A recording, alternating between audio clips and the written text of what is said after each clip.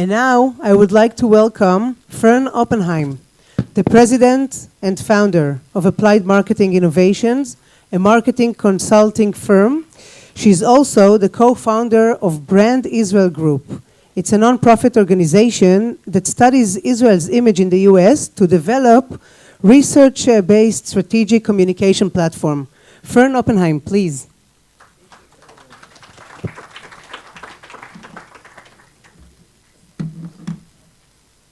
Thank you, Nurit, for the lovely introduction, and thank you to Rayut, to the IEP and the INSS for hosting this important conference. I was asked to speak about the challenges facing the American-Israeli relationship based on my work researching this issue for the past 15 years. The trends I'm about to show you bring a telling joke to mind.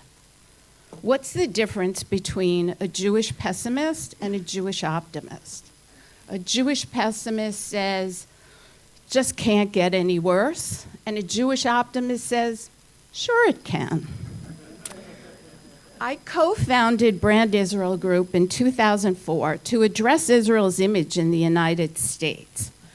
Brand Israel Group is comprised of a team of marketing and strategic communications experts who recognize the need to develop research-based plans to ensure that Americans retain a connection to Israel. Since 2005, we have conducted studies designed to identify the issues that prevent Americans from caring about Israel and determine which communication approaches can overcome those barriers and create connection. Among our most comprehensive studies were two successive exhaustive quantitative segmentation studies. They looked at every demographic group in the US to see how each demographic group perceived Israel. And for the first time, we segmented the United States population based on their attitudes toward Israel. So you could see what percent of the US were core supporters of Israel, pretty unshakable. What percent of the US were unreachable with regard to Israel, the haters, and what percent were in the middle, the groups that Israel was potentially at risk of losing. And we also tested various communication approaches to see what would resonate with those groups that Israel is at risk of losing. The analysis that you're about to see is based on all of these studies. It's based on the complete body of our work, and I pulled pieces to be able to show you the trends that are emerging. It's actually somewhat of a bridge between this panel and the panel that follows this one on the emergence of the progressive left. I will show you the challenges to the American-Israeli relationship that existed well before woke culture took root in the United States, and then highlight some of the emerging challenges being posed as woke ideology has become more entrenched on college campuses and beyond. So I'm going to be showing you the numbers behind what a lot of the speakers have already pointed out today. So, thank you. Can you hear me? Okay. So trends in the American-Israel relationship. So first of all, what we have found consistently through all of our studies is that Israel's underlying image in the United States is ultra-religious and steeped in conflict. And not religious, but ultra-religious. And this is consistent throughout our focus group studies and quantitative studies. Well over 75% of Americans perceive Israelis as ultra-religious. And then when we did our first major quantitative study in 2010, now it's kind of common knowledge, but we began to see this divide emerging in the United States with regard to Israel. On the one side, you had core supporters, older Americans, Republicans, evangelicals should be there, men, Jews. And on the other side, you had younger Americans, college students, Democrats, women, minorities. And I have to explain to you, we looked at 100 attributes measuring perceptions of Israel, in 98 out of 100, you'd have a number in the middle, and the core felt one way, and the at-risk groups felt the other way. This is important to understand, because if you look at any poll about American attitudes toward Israel in the United States, Pew, Gallup, I'm going to make up a number, 60% of Americans support Israel. The number is meaningless because it likely means you have around 80% on one side and 40% on the other. And the problem for Israel is that this side represents the future of the United States. You're looking at younger people, you're looking at minorities, you're looking at the people that represent the future of this country.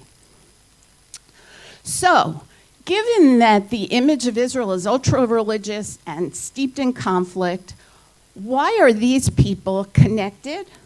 These are the people, the core are the people to whom religion is a big value. They're people who are not turned off by conflict. They understand there are times and places where it's justified. But when you look at the values of this group, you see that the groups that Israel is at risk of losing, they're all about human rights, diversity, tolerance, accepting alternative lifestyles, other religions, mixed marriages. And when you look at how they view Israel, Israel falls short with regard to the values that they hold dear. So for the first time in this follow-up study in 2016, we actually asked the question, do Americans and Israelis share the same values? So let me show you how to read this. 55% of Americans say, yes, Israelis share my values. When you look at the groups that are in the core, more than 55% say, yes, Americans share my values. When you look at the groups Israel is at risk of losing, younger people, Democrats, 50% and below. And I've heard many of the speakers so far say shared values are the bedrock of the American-Israeli relationship. Well, if the future of the United States do not believe that Israelis share their values, that is truly, I think, the definition of a national security challenge. So, this was done in 2016. This is actually before woke ideology took root. There was one place in 2016 where the woke ideology had already begun to take root, and that was on the college campus. In 2014, Trayvon Martin, an Black American, was murdered, and Black Lives Matters started up and became particularly active on college campuses. So when we did the 2016 study, it really began to reflect the impact of woke culture on our college campuses. And the key finding in the 2016 study was that the greatest decline in affinity for Israel of any demographic group was among Jewish college students. So in 2010, 84% of Jewish college students supported Israel. The number dropped to 57%. It was a drop of a third. And we probed, we asked, were you subject to intersectional pressures? We asked them, were you allowed to participate in other student groups? And even at that point, 27% of Jewish college students said that the pressures on campus prevented them from participating in other student groups. I told you we segmented the market. I want you to see what that looked like in 2016. So you had 15% of the US were core supporters, 77% of the country was in that middle, 9% of the country was unreachable with regard to Israel. And even within unreachable, as Danny was saying, there's some wiggle room, but they're really the toughest group.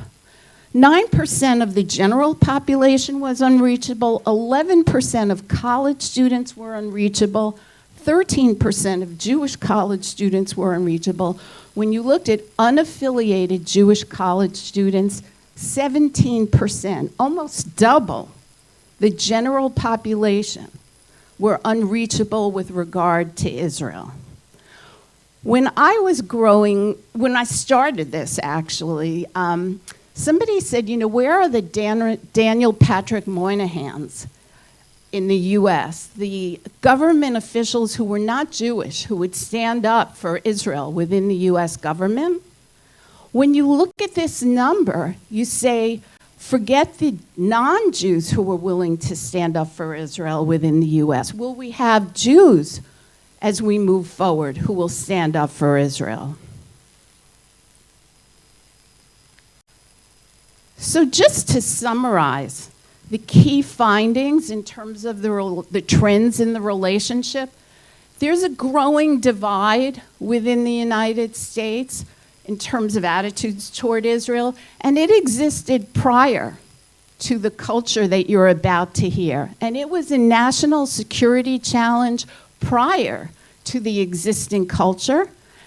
And there were communication approaches that could be applied, that required nuance, that required really showing the nature of Israeli society. Now enter the woke culture, which has taken root on campus, and since our last study, well beyond the campus, in terms of cultural endeavors, in terms of educational curricula in elementary schools, in terms of the business world. First of all, we see the greatest impact on college Jews who are really being forced to take sides. That many Jews in the US lived in the middle. But what has happened in terms of intersectionality on campus, young Jews no longer have the luxury of living in the middle. They get to campus and they have to make a choice. Are you with the oppressors or are you with the victims?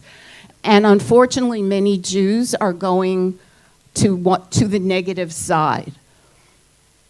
So the greatest impact we're seeing, for sure, is among young Jews. And it's creating significant rifts with an S at the end in the Jewish community, between Jews in the US and Jews in Israel, within the Jewish community within the US, younger Jews, older Jews, religious Jews, not religious Jews. So many of these rifts are opening up. And then the final thing that I want to discuss are the communication approaches. Because up until woke attitudes took root, there were certainly things that we tested that could be communicated, that provided broader context about Israeli society, that opened people's eyes. But now that we exist in this world, the progressive world where there's a binary narrative, it shuts down anything with nuance. It completely, it ends the conversation. And, let's go back one.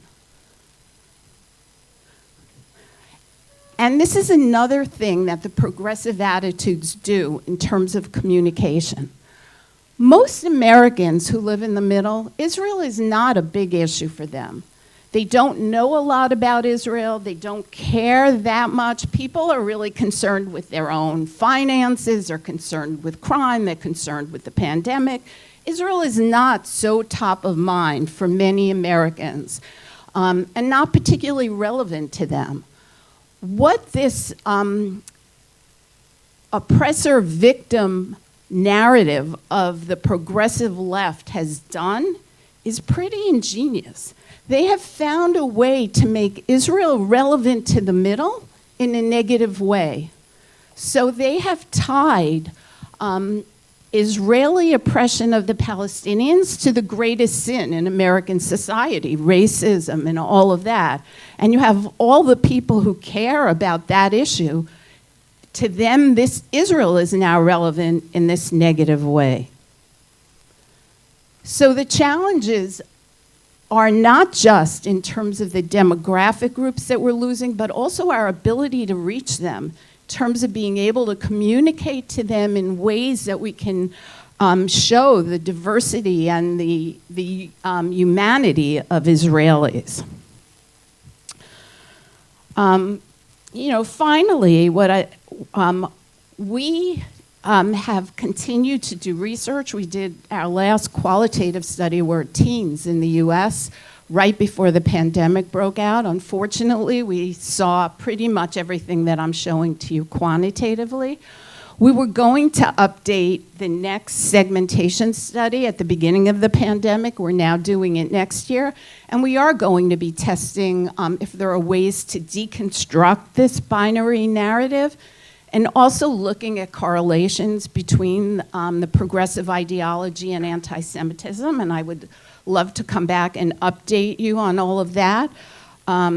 But these are the numbers behind some of the trends that you've heard. And with that, I will turn it back to Nurit.